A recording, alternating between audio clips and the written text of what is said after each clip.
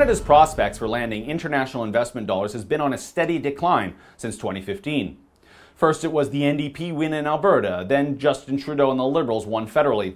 And now in 2017 we have a Green Party-backed NDP government in British Columbia. But if you thought Rachel Notley's war on the oil patch or Justin Trudeau's national job-killing carbon tax was the ultimate investment shill, well, Premier Horgan just one-upped them bigly. In what promises to be a massive obstacle for the rest of 97% of British Columbians who want prosperity, the BC government embraced and recognized the UN Declaration of the Rights of Indigenous Peoples, sometimes called UNDRIP. In what is simply an attempt at more global governance by the globalist UN, the impacts for this province and this nation will be felt far and wide. I respect First Nations, especially those entrepreneurs and leaders who embrace resource development as a way out of poverty.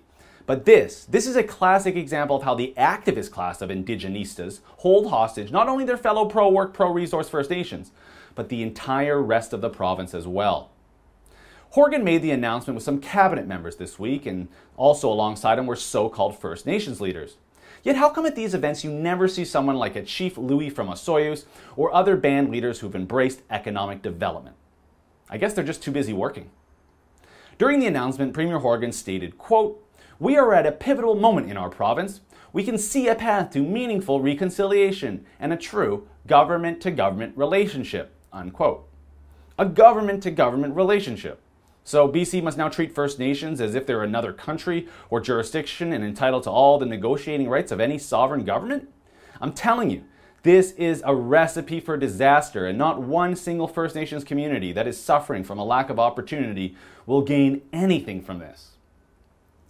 I would liken this strategy, because believe me, it is an activist strategy, to the same people who actively push the dogma and politics of catastrophic man-made climate change.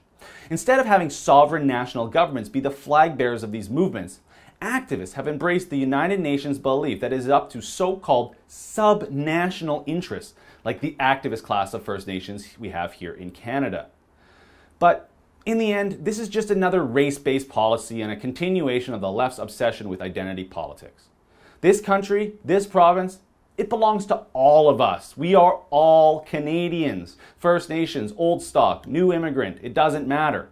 Policies like this only seek to divide us and force the will of the noisy minority on the majority. Industry sources of mine are not happy about this either. They know this has the potential to kill all development in the province. For instance, one forestry industry source mentioned to me that he just happened to be working on a wetland mapping project for the BC government. Naturally, government work has some strict budget limits, but recently he was asked to include a First Nations observer in the work he was doing. Well, that observer presented a budget and a plan that was far, far greater than the constraints laid out from government. But because he was a First Nations gentleman, the government just accepted the extra costs and paid the guy. Is this the right of Indigenous peoples the UN wants BC to adopt? That we pay shakedown fees that blow through provincial budgets just because this is seen as some sort of bizarre form of reconciliation? Look, I suspect Horgan and the NDP were quite opportunistic in agreeing to this. We know the United Nations has already condemned the Site C Dam time and again, and it's something that Horgan really wants to kill, along with the 2,000 plus jobs that are going with it up there in the Peace River. We also know First Nations activists and the NDP don't want to see the Trans Mountain Pipeline expansion project go ahead either. So this allows both activists and the NDP to hide behind this UN declaration, all in the name of supposed reconciliation. And well, it's already helped embolden First Nations activists who, according to a CBC News story, have begun constructing 10 small houses to place on the pipeline route and have people live in them to prevent construction. You can see from the pictures in the story, and well, boy, they are using a lot of fossil fuels to build those houses and drive all those pickup trucks up there, and then again they'll be using more to drive the houses to the point on the pipeline route. I also noted Greenpeace was given credit for the photos on CBC, so it's highly likely that they're involved with these houses and possibly funding the supplies to build them.